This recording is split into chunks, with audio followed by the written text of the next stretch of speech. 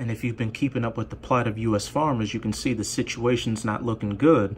You've already had record numbers of suicides among U.S. farmers, and with this trade war, an already pretty dire situation is only going to get worse.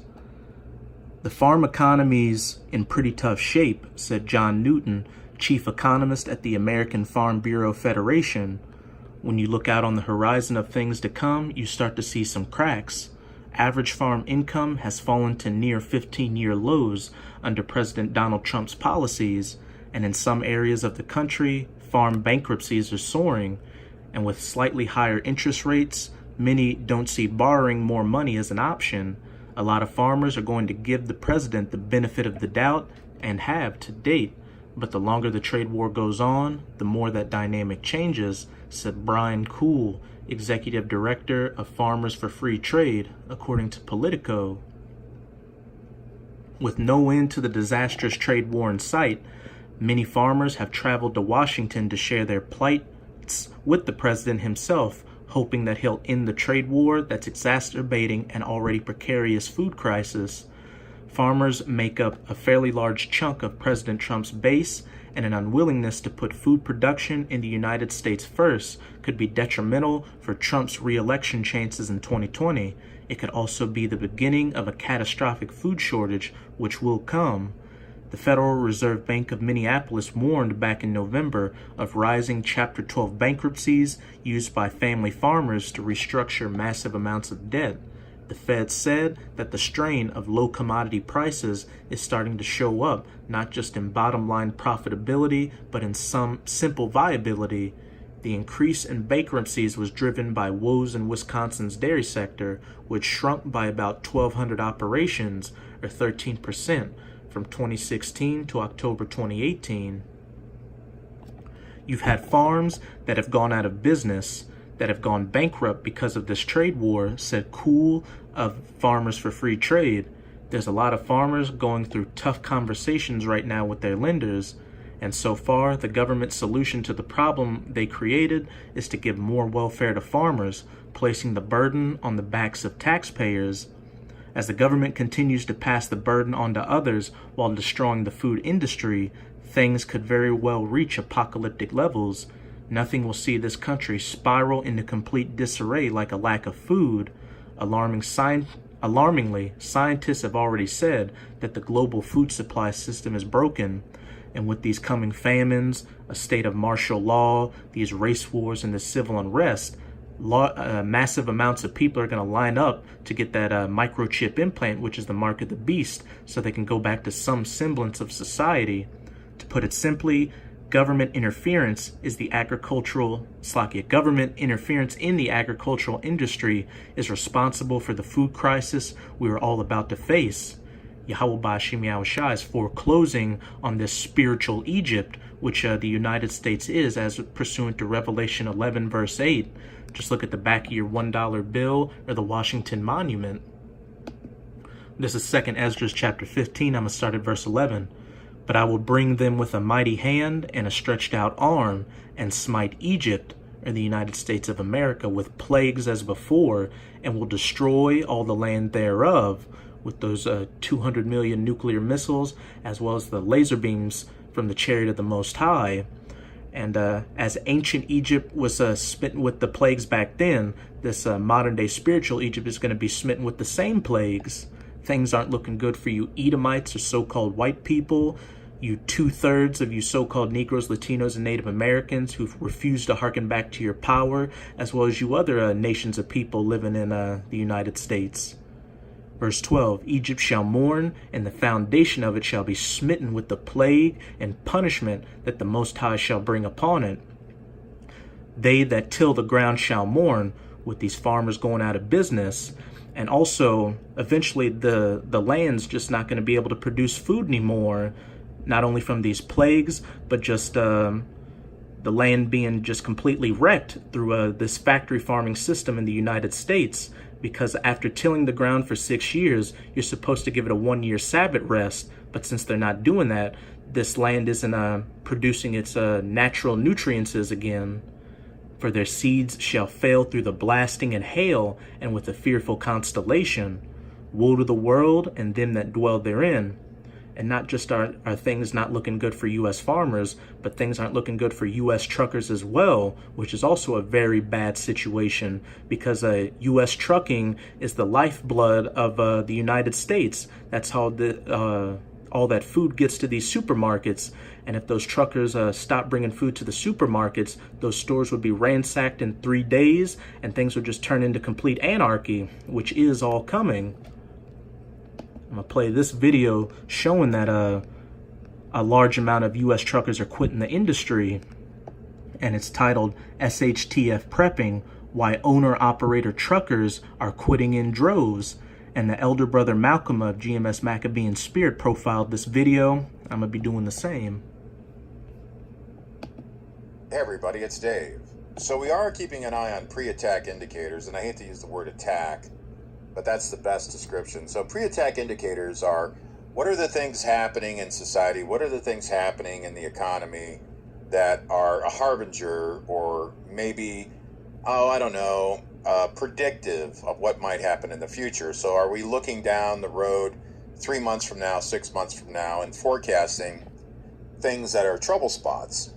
And one of the things that's continually coming up over and over again, if you start reading this, is this electronic logging device, this ELD for these owner-operator truckers. So what's been happening is the ELDs, which is basically a computer which tells these truckers what to do, like, you got to stop here, you got to sleep now, you can't drive over here. And supposedly this was all created to cut back on truckers maybe taking a bunch of no-dos and driving 24 hours straight to get a load through. But now the ELDs, they can be reset at a truck stop. If you put your brakes on the wrong way and some microwave tower resets your ELD, you can't move anymore. You have to take a rest. So some of these ELDs are being reset. And a lot of these drivers have said, I'm really getting sick of this because I'm only allowed to drive, let's say, 10 hours. And if I get stuck in a traffic jam and we're not moving for 3 hours, then that all counts. So these loads are not getting through, and a lot of people in the owner-operator community are saying, I've had it. Screw this. I'm not making the money I used to make. Now here's the problem. A lot of these owner-operators are dropping out of the trucking industry, and so there is a nationwide shortage of drivers right now. And you go, well, so what? Well, let me tell you so what. When you go to the supermarket to pick up your eggs and sugar, where do you think that stuff came from? It came from an overland trucker. It came from we used to call it LTL back in the day, less than truckload. And when I had my little business when I was 19, it was an LTL radio communications system so that the trucks could receive new orders from dispatch to go pick up loads. Because back in the old days, the trucks would drive and the driver would stop every 20, 15 miles and call dispatch and say, you got any new loads for me? And dispatch would say, yeah, turn around, go back 25 miles and pick up a load over at such and such. So it's very, very, very inefficient. So I played around a little bit with the trucking industry back then, and CB radio and all those wonderful days was kind of a cool thing. But it's not a cool thing anymore. Now it's overly regulated, too much red tape, and these drivers are like, hey, we're not really into this anymore about having a computer tell us what to do, when to get up, when to drive, having it reset on us. We're not making the money. Here's the problem. A lot of these containers at these ports, and we all know about the Port of Charleston, which is one of the #1 most busiest ports when it comes to containers, these containers are stacking up. So the chemicals that we need for our industries, the chemicals that we need for our businesses, the consumer supplies that we need to keep our economy going, they're not rolling along anymore. So this is a harbinger, this is an indicator. You could say pre-attack indicator. I don't like using the word attack, but this is an economic indicator that, if you're going to be tracking prepping and you're going to be tracking SHTF, this is something to keep an eye on. You want to keep an eye on what's happening in the trucking industry. And guess what? All these national associations have gone to the federal government and say, you know what? It's not fair to a small owner-operator that's got to go out and buy all this expensive equipment to run this ELD logging device, this nanny sitting in the passenger seat, and then some of these devices aren't even compliant with the regulations. So some owner-operator is going to go out, spend all this money on this device, and a year from now it's going to be determined this device is no longer accurate, doesn't really count. You have to go out and buy a new device. That's why the owner-operators are saying, I'm going to go do something else. I'm going to go into, asphalt destruction or construction or whatever. This is... Along with the crisis going on with U.S. farmers, just another thing to add to the coming famines of the United States of America. As I said earlier, the Most High is foreclosing on this place. All because, as it said in Matthew 24, verse 14, and this gospel of the kingdom shall be preached in all the world for a witness unto all nations, and then shall the end come. You've got GMS camps around the globe preaching this word, further bringing about this end. And with the elites getting nervous and beginning their demonization campaign of the Hebrew Israelites by putting us in the mainstream media, you Edomites are just further bringing about this end by pushing out this word that much more. These are very beautiful times we're living in, Akim. Now I'm going to close it out with Matthew chapter 24. I'm going to start at verse 6. And ye shall hear of wars and rumors of wars.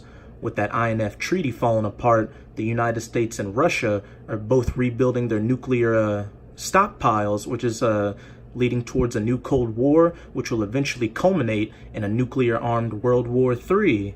And also, there's going to be a war with Iran, which is going to kick off that battle in the Valley of Jehoshaphat, or that Middle Eastern region. See that ye be not troubled, for all these things must come to pass, but the end is not yet. For nation shall rise against nation, or race wars, which you can see racial relations are collapsing by the day in this country, and kingdom against kingdom, the United States against China, the United States against Russia, Israel against Iran, vice versa. And there shall be famines, such as with this coming situation with these U.S. farmers having to close shop, as well as these U.S. truckers quitting the business, and pestilences, as we read in that article with that typhus outbreak in Los Angeles. But there are going to be all types of pestilences around the country, both natural causing as well as man-made, because these elites are going to release man-made diseases into the populace to quell the herd, and earthquakes, which are happening daily in diverse places. All these are the beginning of sorrows, and these all are just the beginning of sorrows. What we're really waiting for is that mandatory implementation of the mark of the beast, which is that microchip, which will be game over. So brothers, as you can see, this final captivity we're in is getting closer and closer to its end with each passing day. So just push this word as hard as you can, so you can stay in this truth and not be taken out so close to the finish line. And with this video, I hope you sincere Akim are edified. As always, I'm going to say Ababa Ball, Kwam Yasharala. Till next time, Shalom.